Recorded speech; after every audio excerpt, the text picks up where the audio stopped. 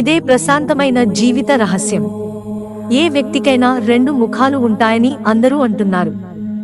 Hero ఒంటరిగా ఉన్నప్పుడు మరియు ఇతరుల మధ్య ఉన్నప్పుడు అతని ప్రవర్తన చాలా భిన్నంగా ఉంటుంది. ఈ మార్పు లేదా రెండు లక్షణాలు మానవ స్వభావాన్ని తెలుసుకోవచ్చు. ఇలా చేస్తేనే సమాజంలో జీవనం సాగుతుందని పలువురు అభిప్రాయపడుతున్నారు. ఏ వ్యక్తికైనా ప్రైవేట్ మరియు కెరీర్ అనే రెండు జీవితాలు ఉంటాయి. ఈ రెండింటినీ ఎప్పుడూ కలపకండి.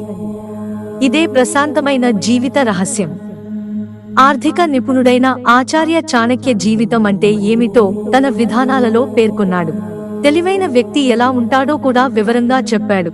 శ్లోకం: సుసిద్ధమౌషధం ధర్మం గృహఛిద్రం చ మైథునం కుభక్తం కుసృతం చైవ మతిమాన్ ప్రకయేత్.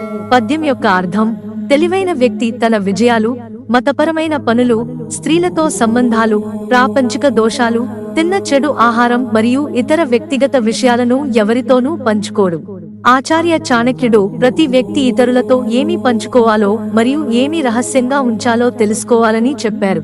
కొన్నిసార్లు మనం పంచుకునే ప్రైవేట్ విషయాలను ఇతరులు తమ ఆయుధంగా ఉపయోగించుకునే అవకాశం ఉంది. ఆచార్య చాణక్యుడు ప్రకారం పై విషయాలను ఎవరితోనూ పంచుకోని వ్యక్తిని జ్ఞాని అంటారు. మిత్రులారా, ఛానల్ సబ్స్క్రైబ్ చేసుకోవడం మర్చిపోకండి. ధన్యవాదాలు.